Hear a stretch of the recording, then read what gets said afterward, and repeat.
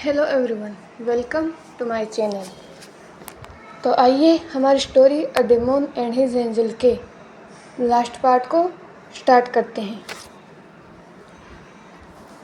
Wing और वांग जी अपने room में बेड पर लेटे हुए थे। वांग जी का सर विंग की चेस्ट पर था और विंग वांग जी के बालों को सहला रहा था। विंग वांग जी को बताने वाला था जो कुछ भी उसके साथ इतने सालों में हुआ।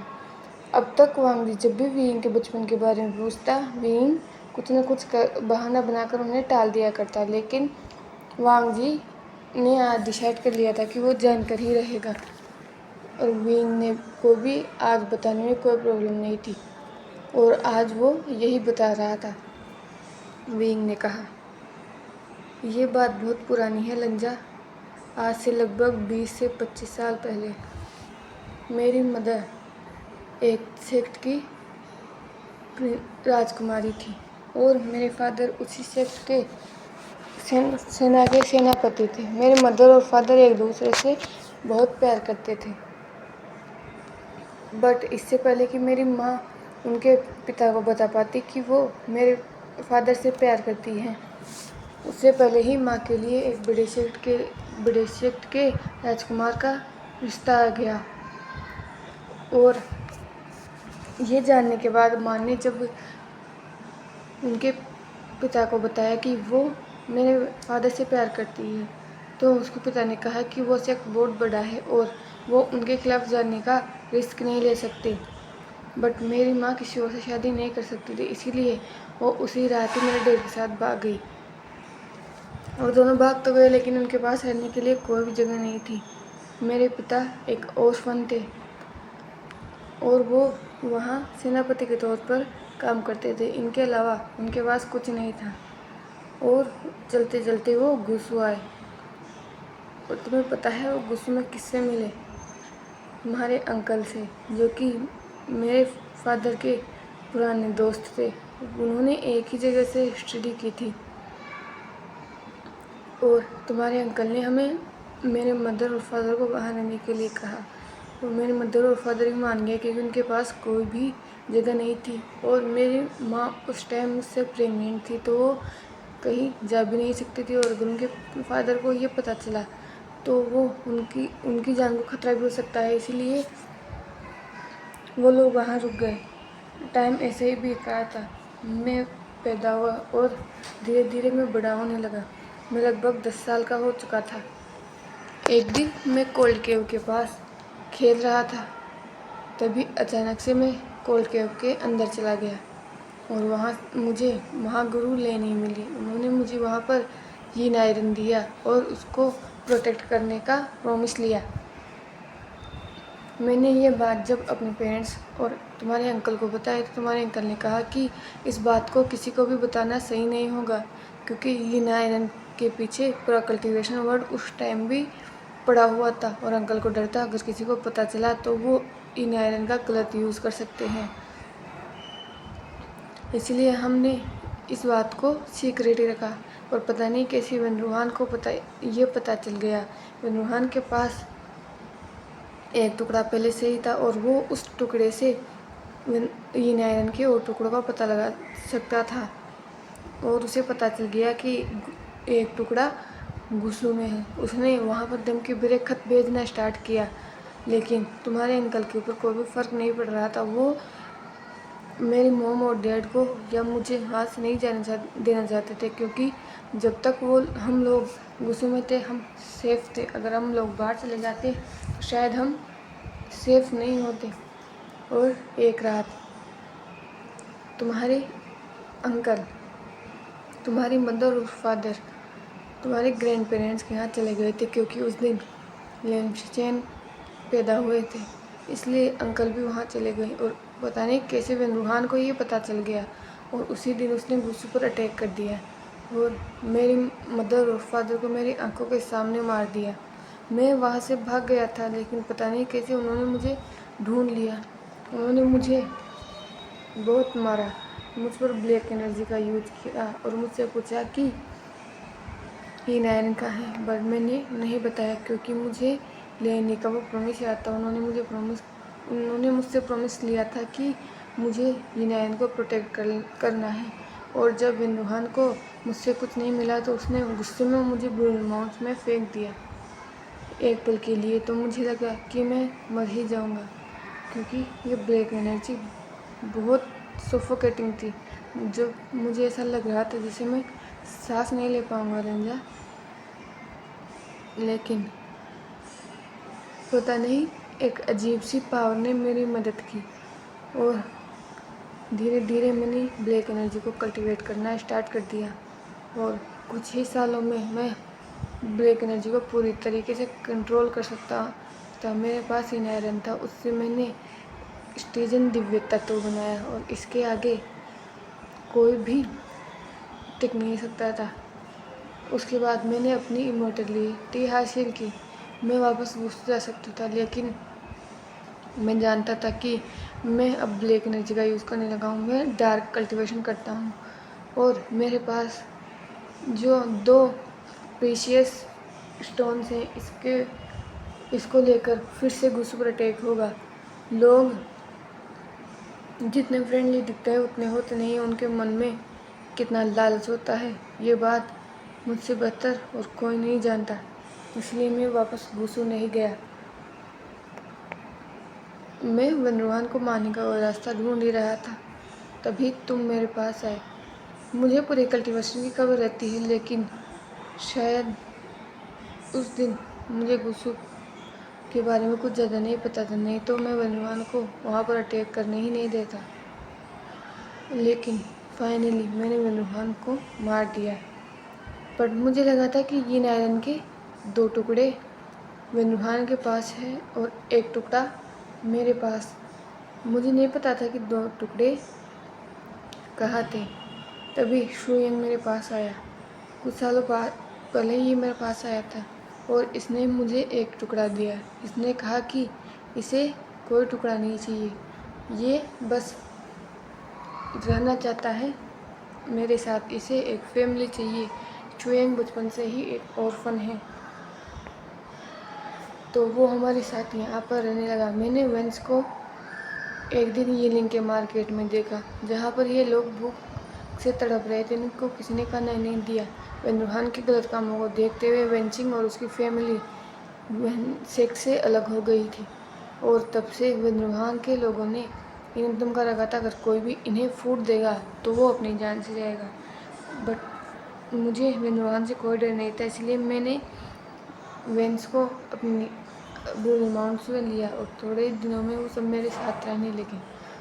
और रही बात पिछले 1 हफ्ते की, तो तुम्हें पता है कि मेंग्याओ ने मेरे ऊपर जो हमला किया, मेंग्याओ जो मेरे ऊपर हमला करना चाहता था, वो भी वो यीन आयरन से ही करना चाहता था। लेकिन उसे नहीं पता था कि वो यीन आयरन को कंट्रोल नहीं कर सकता था। मेरे पास अभी उनके 4 टुकड़े थे जो मैंने मेंग्याओ समेत लिए थे, बट अभी भी यीन आयरन का 1 टुकड़ा मिसिंग था। और कुछ दिन 1 हफ्ते पहले मुझे शुयंग ने बताया कि 1 टुकड़ा मेंग्याओ के पास है, उसने उसे छुपा कर रखा है। बस फिर क्या था, मैं वहीं गया था लेनार, क्योंकि मैं मेंग्याओ को बहुत अच्छी तरह से जानता हूँ। वो एक ऐसा पर्सन है जो यीन आयरन का गलत यूज़ कर सकता है और मुझे उस यूज़ को रोकना था। मुझे मेंग्याओ को तो ख़त्म करना ही था, क्योंकि उसने तुम पर हमला किया था। लेकिन मुझे यीन आयरन को भी वापस इकट्ठा करना था, इसीलिए मुझे 1 हफ्ता लग गया। उसमें बहुत एनर्जी लगती है, बट मेरी मदद लेनी और बाओशन सेरन दोनों ने ही की थी। और अब यीन आयरन उसकी सुरक्षित जगह पर है। अब उसे कोई भी बिना छूने की कोशिश करेगा तो वो अपनी जान से जाएगा, क्योंकि उस पर 3 लोगों ने अपना प्रोटेक्शन लगाया है। पहली लेनी, दूसरी बाओशन सेरन और तीसरा मेरा ब्लैक एनर्जी से वहाँ पर प्रोटेक्शन लगा हुआ है, तो कोई अभी नैन के आसपास भी नहीं जा पाएगा। आई एम सॉरी निंजा, मुझे पता है मैंने तुम्हें नहीं बताया प्रॉमिस। फिर तुम्हारा विंग कहीं नहीं जाएगा। विंग ये सब बोल रहा था। वांग जी ने विंग की तरफ देखा और कहा, और अगली बार कभी मुझे बिना बताए जाने की कोशिश मत करना। विंग बस मुस्कुरा जाता है।